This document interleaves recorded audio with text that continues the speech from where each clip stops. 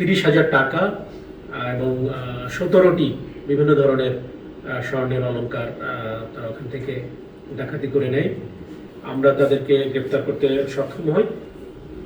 তার বাড়ি জনাব মোহাম্মদ নুরুল্লাহ, যার বাড়িতে ডাকাতিটি সংঘটিত হয়েছে, তার প্রতিবেশী মোহাম্মদ আলম, এবং সে অত্যন্ত গরিব মানুষ।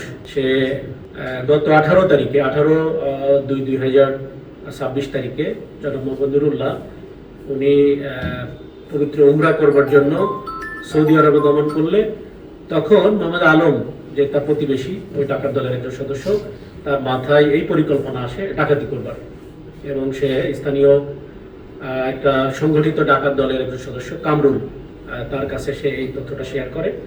তখন কামরুল তাকে এই আশ্বাস দেয় যে তার কাছে জনবল এবং ডাকাতি করবার যে সরঞ্জামাদি সেগুলো আছে এবং তার কাছে অন্যান্য লোকজন আছে।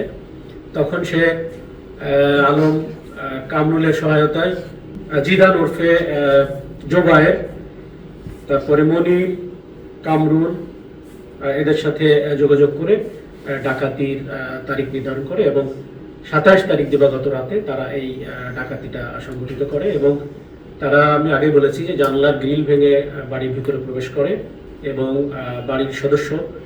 সব মশার বিরুদ্ধে সুরক্ষা দিতে এলো বসুন্ধরা এক্সট্রিম অ্যারোসল, মশার বিরুদ্ধে এক্সট্রিম সুরক্ষা।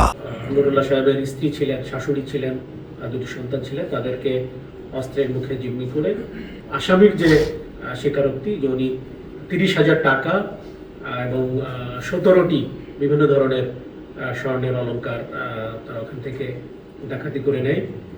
এবং সাথে সাথে তারা 5 জন ছিল, 5 জনের প্রত্যেকেই ওই 30,000 টাকা 6,000 টাকা করে ভাগ করে নেয়। এবং যে 17টি স্বর্ণালঙ্কার ছিল, এর মধ্যে 5টি স্বর্ণালঙ্কার যেটি মনিরকে বিক্রি করার জন্য দেওয়া হয়, এবং 12টি বড় স্বর্ণালঙ্কার যেটি কামরুল ওটা নিয়ে বিক্রি করার জন্য তাদেরকে দেওয়া হয়। এবং এরপরের থেকে তারা বিভিন্ন জায়গায় নিজেদেরকে আত্মগোপনে নিয়ে যায়। যাই হোক, আমরা তথ্য প্রযুক্তি বা তদন্তের আধুনিক কলাকৌশল ব্যবহার করে আমরা তাদেরকে গ্রেপ্তার করতে সক্ষম হই এবং যে উল্লেখিত মালামালের কথা আমরা বলেছি সেগুলো আমরা উদ্ধার করেছি। এখনও বাকি 2 জন আসামি কামরুল এবং মনির, তাদেরকে গ্রেপ্তারের জন্য আমাদের এবং বাকি মালামাল উদ্ধারের জন্য আমাদের অভিযান অব্যাহত আছে। এবং আরেকটি ঘটনা এর সাথে না বললেই নয়, আসামি কিন্তু 164 স্বীকার করেছে যে কিছুদিন আগে জগদলে সুপ্রিম টি ফ্যাক্টরিতে একটা ডাকাতি সংঘটিত হয়েছিল, আপনারা জানেন।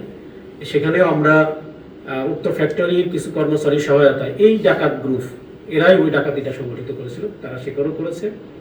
আমরা উক্ত মামলায়ও এই আসামিদেরকে অ্যারেস্ট দেখাবো এবং তাদেরকে ওই মামলায় রিমান্ডে নিয়ে উক্ত মামলার যে সকল চোরাই বা লুণ্ঠিত মালামাল ছিল সেগুলো উদ্ধারের জন্য আমরা চেষ্টা করব।